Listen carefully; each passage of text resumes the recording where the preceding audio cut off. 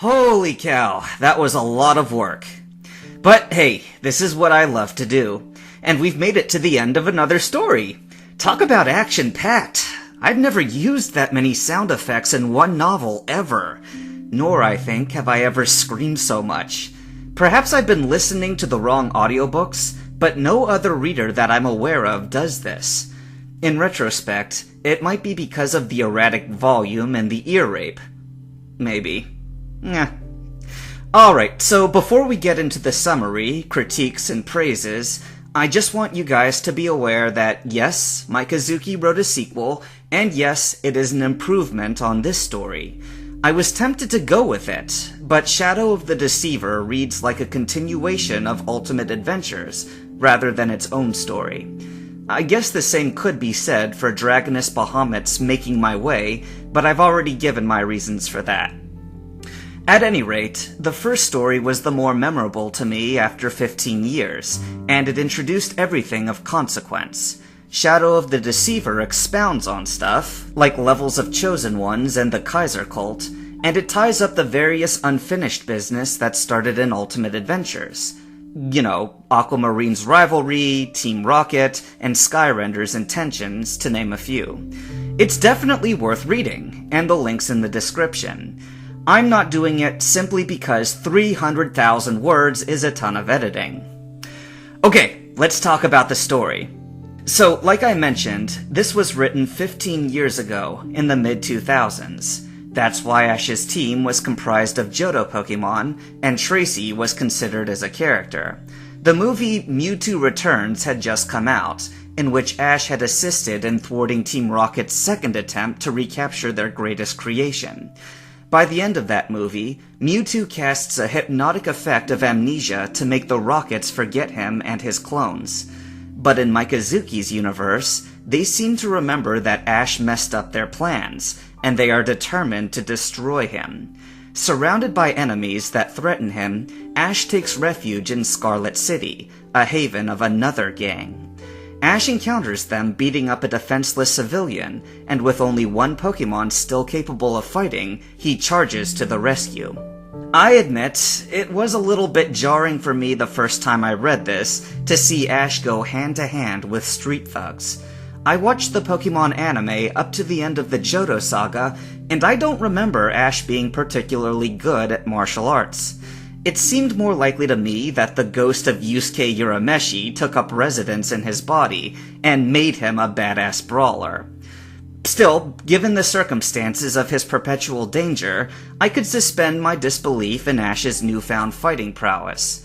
To date, of all the authors I've showcased on this channel, Mikazuki has been the truest to Ash's character. He's dense and headstrong, but also just and heroic. Once Ash and Muck beat down the street punks, the guy they rescued introduces himself as Ebby, and warns Ash of the Missigno gang. As Ash makes his return to the Pokemon Center, more of the thugs come out to attack him, but he manages to fight his way through. Misty is furious that he risked his life so foolishly, and we get our first glimpse of the true feelings she has for Ash behind her tough love. Ash doesn't notice, even when Brock tries to spell it out for him, and watches a news broadcast about the Super Fiends. Ebby reappears and elaborates on their connection to the Missigno gang. Whew. Well, there's a lot to unpack here. First of all, this is what I was talking about when I said Mikazuki was an ambitious young writer. He began with a relatable antagonist, Team Rocket. But then he included the Missigno gang, and then he threw the Super Fiends into the mix. For the first part of the story, Ebby basically functions as an information dispenser, because there's so much to cover. It's necessary, and it all ties together later, but admittedly, the first couple chapters have problems with pacing and execution. Most of the writing focuses on fight descriptions, and while they set the appropriate tone, they are largely inconsequential. The thugs have no more personality than Ebby, being cardboard cutouts of gangsters and victims. Mikazuki embraces this, giving them labels like Punk A and Punk B, but it still comes across as an adolescent's wish fulfillment fantasy to be a hero. Thankfully, I still found it entertaining in a gladiator match sort of way, and the plot improved soon after. This happens every time. All these fics have a rough start before they get good. Well, hey, that's what I'm here for, to usher listeners through to the good part.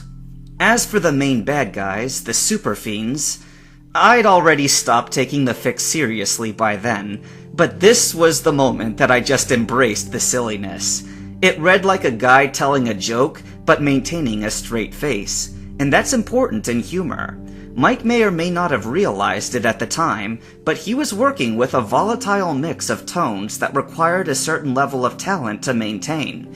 Get too serious or too jokey, and you spoil your story. It did happen a couple of times, but never too badly.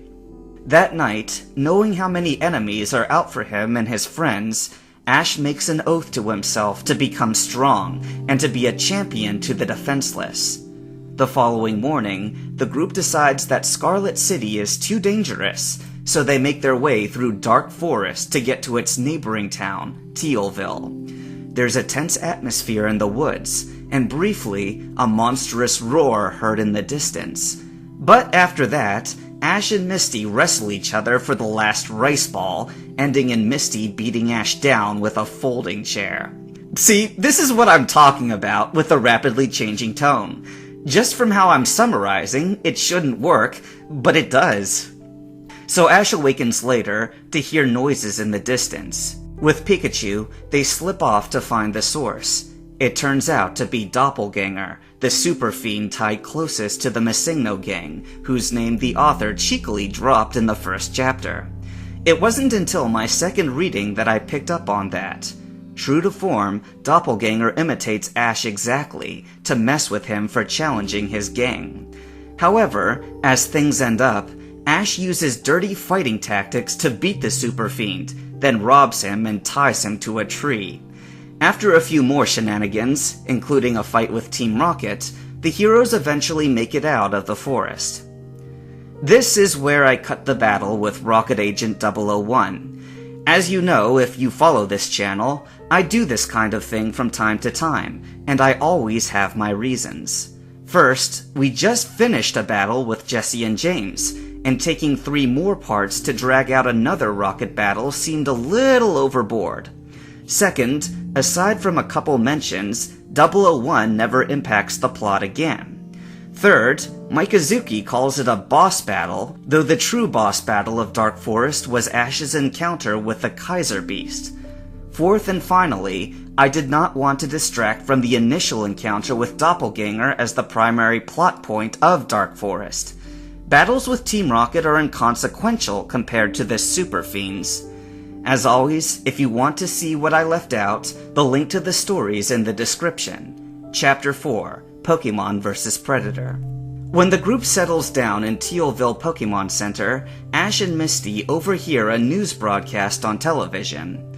The first part is a brief commentary on Rocket 001's apprehension, but the second discusses further crimes from the Missingno gang in the local area.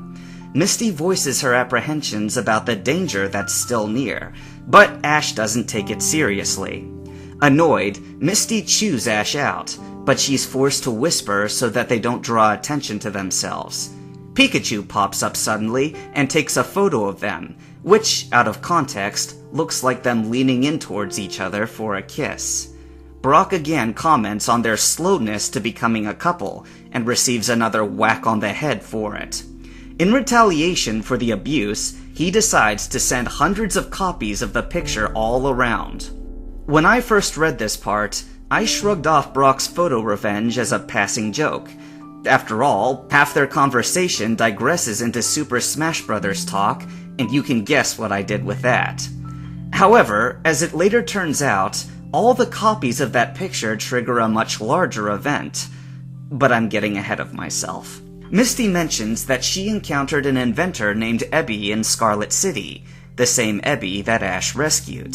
Apparently, he wanted to meet them in Tealville, but they haven't seen him yet. The group decides to pass the time at the town square, but Brock wanders off at the sight of some girls. Between his absence and Ash's bored impatience, Misty finally goes off to look for Brock herself. Brock comes back just in time to hear the noise of van tires screeching. He and Ash run to investigate, and there they find Ebby, shaken from nearly being run over. As it turns out, he was attempting to chase the Missigno robbers from the news using his custom-designed hoverboard. However, he lacks the skill to ride it. In the heat of the moment, he thrusts it upon Ash. Okay, so it's times like these when I wonder how much of this story was Mikazuki's planning and how much was serendipitous luck. He told me that he wrote the story in grade school, which indicates inexperience at the time. And considering how closely he kept to the canonical attitudes of the characters, the way they actually act makes this situation easy enough to maneuver into. Even though they're in danger, nothing feels forced. Ash's signature overconfidence allows him to walk around even while the gang is especially active. Brock's infamous girl madness is sufficient pretext for him to split from the party when he would otherwise know better. And Misty's impatience would cause her to go after him, in part just to get away from Ash's childish whining. Mikazuki's objective was to maneuver Misty into a position in which Doppelganger could capture her, and by simply following the character template of the Pokemon anime, he did just that. I could easily believe that the plot practically wrote itself. But then, did it? Sure, most of the story is jokes and battle choreography, and the hoverboard seems like a whimsical addition, at least at first. Yet there are too many occasions which suggest a larger plan was at work. The foreshadowing of Tracy and Ash's Kanto team, Punk A's early mention of Doppelganger, the distant roar of a monster in Dark Forest suggesting the Kaiser Beast's presence, Goth's passing mention of the Kaiser cult when the fiends first assemble, the photo of Ash and Misty leading to a berserk aquamarine, the hoverboard's actual crucial role in the narrative. You see, there's certainly some fat that could stand to be cut from the story, but even if some things worked out naturally, I know that Mikazuki had an ambitious, premeditated vision, at least to some extent. He persisted, and now he's got 2 books of it, and one of them's in audio. Hard work deserves its reward.